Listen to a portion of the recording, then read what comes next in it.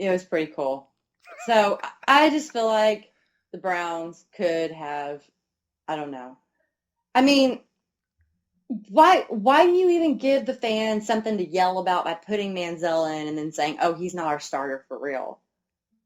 I get that they're trying to win the game. I get it. But now Hoyer's your guy again. And I don't know. I just feel like it doesn't do anybody in the long run any good, given that they still lost the game. And yeah, that's hindsight. But the chances of them still losing the game were there when they put Manziel in and started this little mini controversy. Well, maybe they did it as a free roll because if they still lost, they could go back to Hoyer. But if they won, and they'll obviously have that win in their back pocket, and then they'll go to Manziel, worst case scenario. Yeah, well, I guess we'll never know that other scenario that you just laid out. Yep. And Cleveland is 7-5, still quasi alive in the AFC playoff race as that is bunching up. And let's glance at the playoff races here real quick. The division leaders right now in the AFC are the Patriots at 9-3, 9-3 Broncos, Bengals in the North at 8-3-1, stout, and the Colts can cinch up the AFC South this weekend versus they're playing somebody. Tennessee. No. Yeah. Are they? Well, they are. But they can clinch it this weekend against Tennessee? I didn't know. They can clinch it because the Texans are still in the wild card hunt at 6-6. I guess they're still in the divisional hunt, but a lot of things have to go right because 3 games remaining. Texans lose, Colts win, and also you guys have a head-to-head matchup left, correct? Yeah, we play next weekend. And, of course, the Colts are 8-4 and the Texans are 6-6, so yeah. Driver's seat right now in the wild card. Chargers at 8-4, still have a shot to win the West as well. Miami 7-5, and then 5 teams are also at 7-5. Chiefs, Bills, Ravens, Steelers, and Browns. Dolphins in right now due to the wild card tiebreakers, which are long and arduous and very wordy. So I'm just going to take the NFL's word for it at this point. And the Bengals at 8-3-1 are also projected to be the 3rd seed in the wild card. So, yeah. The 3rd seed overall. Overall, sorry. Yep. But in the wild card, they'll be in the wild card hunt. And really a big game coming up this weekend is Patriots at Chargers, 9-3 at 8-4. This is going to be a long way determining if the Patriots can hold off the Broncos for that number 1 seed. Also Chargers coming off that big win over in Baltimore that nobody saw coming. And this is going to be a good game. Maybe. The Chargers have been known to take a poo in a bed on occasion. I feel like Tom Brady always owns at Qualcomm Stadium too. I don't know. The Chargers may be 8-4, but they're just one of those franchises that until they win the Super Bowl, I'm going to think they're going to lose every week. Because they just have proven to be so capable of being crappy whenever it's important. Well, I don't know. Ryan Matthews is quasi-healthy again, run the ball pretty well. Actually, didn't he have an injury last weekend, though? I don't know. He's always got an injury. He's never not injured. That is unfortunate, too. And he had to come in as the burden of trying to replace LaDainian Tomlinson and has had a pretty up-and-down career, a lot of injuries in there. Still a ton of potential, though. And the Patriots, you're not buying into the Bieber curse? I don't know, man. The Steelers hung out with Bieber and then lost to the freaking Jets. So yeah. I think the curse might be tangible. Well, and there are other examples, I think, in the NBA and whatever, of the Bieber curse being a legit thing. So, I don't know. I mean, it could be real, but my belief in curses, it takes a whole lot of proving to me to believe in a curse. Mama Juju Boo Boo. That too. I don't know what that means. New Orleans medicine woman, witch doctor. Yeah, that's why I'm always in New Orleans. Moving over to the NFC, the reeling Cardinals are still technically the 1 seed at 9-3. Packers and Eagles also 9-3. Falcons are technically the 4 seed as they lead the NFC South for some reason at 5-7. Saints also in there at 5-7. Panthers 3-8-1 are still technically alive to win that freaking division. Wild card Cowboys with a big win last night, 9-4 in the driver's seat. Seattle 6-4 as well. Big game coming up, the late game on Fox at Philadelphia, and also in the hunt, Lions 8-4, the 49ers 7-5, and that's about it. I think the Vikings are still mathematically alive, but like 17 different things have to go correctly. So yeah, not counting that. So basically, it's a 8-team hunt right now in the NFC. What are your thoughts? Goodness. I mean, the NFC just seems so much more clear-cut than the AFC. The AFC has really improved. There are a lot of teams that are in the AFC that are slightly above average, and there are more teams now in the NFC that are slightly below average that are still in the playoff hunt. And so the NFC just seems like it's much more clearly mapped out. Of course, there's a few games left to go, and things can still happen, but it's looking like it's pretty well set up in the NFC. I like the NFC better because I feel like all the 8 top teams, well, 7, we'll take out all the NFC South teams. The Cardinals, the Packers, the Eagles, Cowboys, Seahawks, Lions, and 49ers all have a chance to win and come out of it, which I really dig. But on the AFC side, you look at the teams that are in the hunt. I don't think the Chargers can win it. I don't think the Bengals, Dolphins, Chiefs, Bills, Browns, and sorry, but the Texans, I don't think any of them could come out of that. And there's only a couple power teams in the AFC. NFC is a little bit more evenly matched, especially with Arizona just completely in, don't want to say free fall, but they can't run the ball, and Drew Stanton is not a competent replacement for Carson Palmer. So out of the 16 teams in the NFC, 1, 2, 3, 4, 5, 6, 7 have winning records. And then in the AFC, you have 4, 5, 6, 7, 8, 9, 10, 11. 11. So that's what I'm saying about there are more above average teams in the AFC than in the NFC right now. Well, it's so random because it's thrown off because of the NFC South, because how bad they are. And also all the teams in the AFC North have winning records, in a large part, I believe, because they play the NFC South in this year's schedule rotation. They're just all so bad.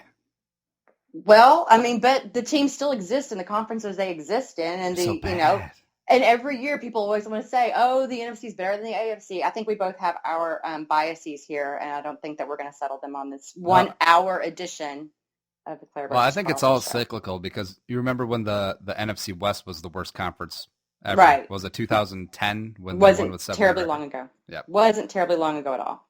Yeah, and but just looking at the playoff matchups right now, it'd be Cowboys at Falcons, Seahawks at Eagles, Chargers at Colts, and Dolphins at Bengals. I'd watch all of those, except for maybe Dolphins at Bengals because why? Andy Dalton. Oh. Because we know that the Dolphins are going to roll even at home. Well, maybe the Dolphins will accidentally torture Andy Dalton on the field, and that would be exciting to watch because, he has no soul. He's soulless. I suppose. Actually, the way it's set up right now, I think any of the 7 teams that are in the hunt for that final wild card spot in the 6th seed would beat the Bengals at home as the 3rd seed. That's mean-spirited, but I have no faith in Andy Dalton or Marvin Lewis, for that matter, in the playoffs. No, you shouldn't. You shouldn't. Yep. They are awful in the playoffs. All right, and also some more awful stuff. Ngata got popped for PEDs, 4-game suspension the rest of the season, Adderall. That really hurts Baltimore as he is the man on that defensive front. It's a big loss. Yeah, and luckily the Texans play them. I think it's week 16 maybe. So that's too bad. Man, couldn't have picked a worse time, but I'm being sarcastic. A couple more quick hits. Jadeveon Clowney, he gone. Yeah. Well, luckily we've been playing okay without him, How much do you blame the turf? How much do I blame the medical staff of the Texans should be the question. Well, misdiagnosis or getting it wrong before the draft? What do you mean?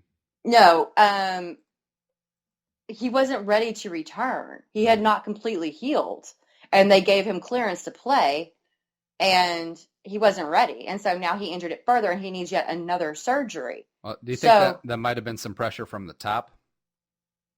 I don't think so, because that's a huge investment for them.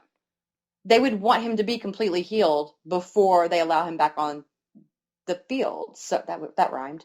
So yeah, I don't think it was pressure. Because they're a very conservative organization. They're not the type to do crazy things. And the other crazy thing they did was signing Ed Reed, and Ed Reed was cleared by the same Texans medical staff and had all these hip problems all of a sudden right after he was signed. So I don't necessarily trust the Texans medical staff right now, even though they live in the city with the most advanced medical center in the country. They're not very good at diagnosing. I always remember about Ed Reed is I believe Miami was playing West Virginia, and he returned like a fumble, like 106 yards. And also the second piece I'll always remember about Ed Reed is him singing Eddie Money during the Ravens victory parade. 2 tickets to paradise. That was pretty good, though. That was endearing. And then he got here, and whenever the Texans played the Ravens and got their butts kicked in Baltimore, and Ed Reed was hanging out on the sidelines with his buddies laughing while he's in a Texans uniform, that was not cool. It was just a bad thing all the way around. I mean, he shouldn't have been playing that year. The game had passed him by, and he was just cashing a paycheck. Yeah. So anyway, we got off on a tangent about Ed Reed, but it is what it is. And then he played for the Jets. For some reason. And then he actually did stuff there. Speaking of doing stuff, Aaron Foster did a British accent during his media availability. What's your thoughts on that? Was it not the cutest thing you've ever seen in your whole entire life? I think it's an asshat move. Why is it an asshat move? He's adorable. You like talking in British accents. What's wrong with you? Are you hypocritical? I only did that because I knew I'd get a rise out of you. Oh.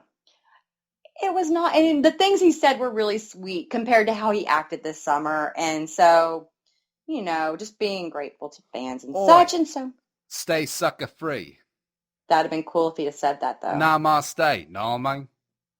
That's like Australian almost. On the last part of this segment, Brennan Clay, former Oklahoma Sooner and NFL journeyman, alleges that DeMarco Murray slept with his wife, and including he's filing for divorce, and also released screenshots of text messages that, if true, big and potentially damning.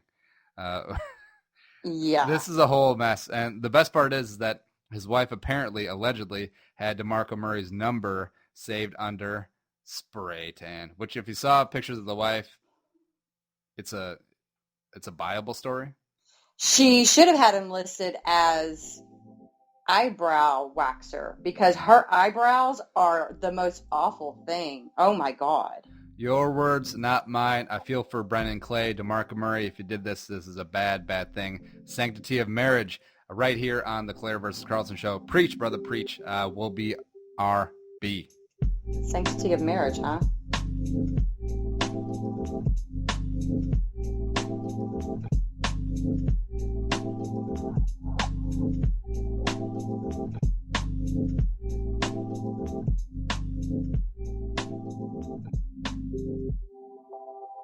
Hello? For daily conversations with the players, coaches, and contributors that make this game great. Regulators, mount up! We're coming! Football Convos. Visit footballconvos.com or visit us at iTunes.